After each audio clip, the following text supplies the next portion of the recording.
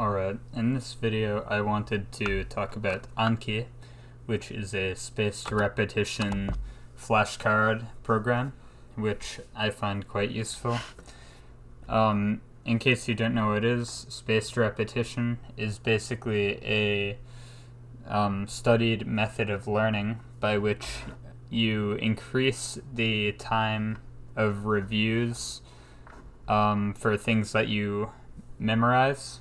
And by doing this, you're causing the short-term memory things to become long-term memory by just making the amount of time between each recollection longer. And if you don't remember something, then you review it again sooner, meaning it will help you to keep seeing it and memorize it. Now, the application is pretty simple. It will probably look a bit different when you install it. I have some slightly different theming, makes it look a bit weird in some places. But it's available for most common operating systems. Of course, it's free and open source, although you do have to pay for the Mac OS and iOS versions. However, I believe you can still use Anki Web, which is the online version. First, I'll just show how it works in general. I'll use this deck that I made first, just to review some German words. I can do study now. And the first thing is himmlisch. I know that this means heavenly. If I do show answer, you can either click here or do space, and it will show the answer. If I got it right, which I'd say I got it good. So you can click on again, good or easy, based on how easily you got the answer. If you do again, it reviews in less than 1 minute. And if you do good, it'll review again in less than 10 minutes. And it'll push it off to 4 days if you choose easy. Now, since this is the second item, good, I'll just press 2, and it automatically does that. Now for this one, Zeugen, let's say I didn't know what it meant. I can press space, and then I would just press again, and it would review it again shortly. I actually did know what it was on a good level, so I'll select that. Now, I'll show another deck real quick, because you can have different functionalities. This is the Core 2K optimized Japanese vocabulary.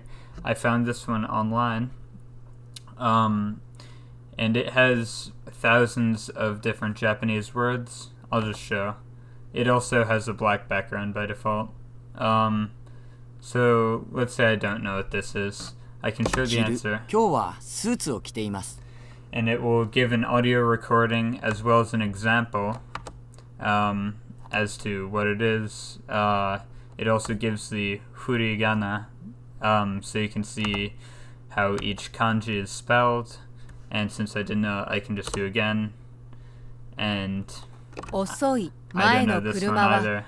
But still gives the same examples.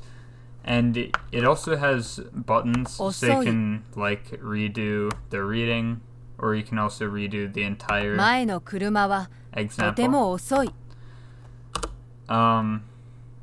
But yeah.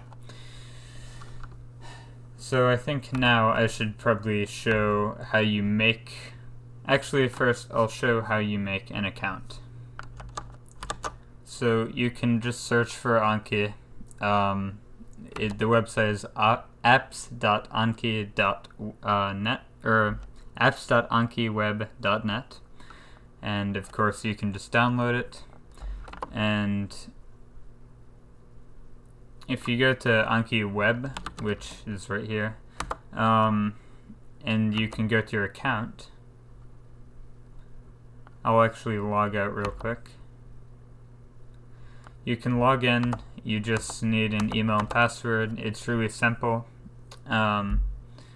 Creating an account, all you need is the email and password. And all this is used for is synchronizing it between different devices. For example, I have it on my phone, and I can view the same things from there, and just review it whenever I synchronize it. So if you want to log in on the computer version of the application, you just click sync, or you type the Y letter. And if you aren't already logged in, it will ask you to log in. Your Anki ID is just your email, and then the password is the same. It's a bit different on mobile, and it's sort of awkward, but you just have to figure it out. But the mobile version isn't what I'm focusing on in this video. Okay, you want to do create deck right here. I'll call it example. And the reason you don't want to do add here is because that adds it with the settings of whatever's selected. Similarly, you can do stats, and whichever one you selected last, it'll show all the statistics about your learning of that thing. But let's go to example, and then you can go to add, and then you can add some items to this. So I could say chicken, and then the back could say egg, and I can add that. Okay, I forgot to include that in the recording, but if you try to do, I'll do this time egg, chicken, and then you can just press tab twice and enter, or just click on add, and then it should be added.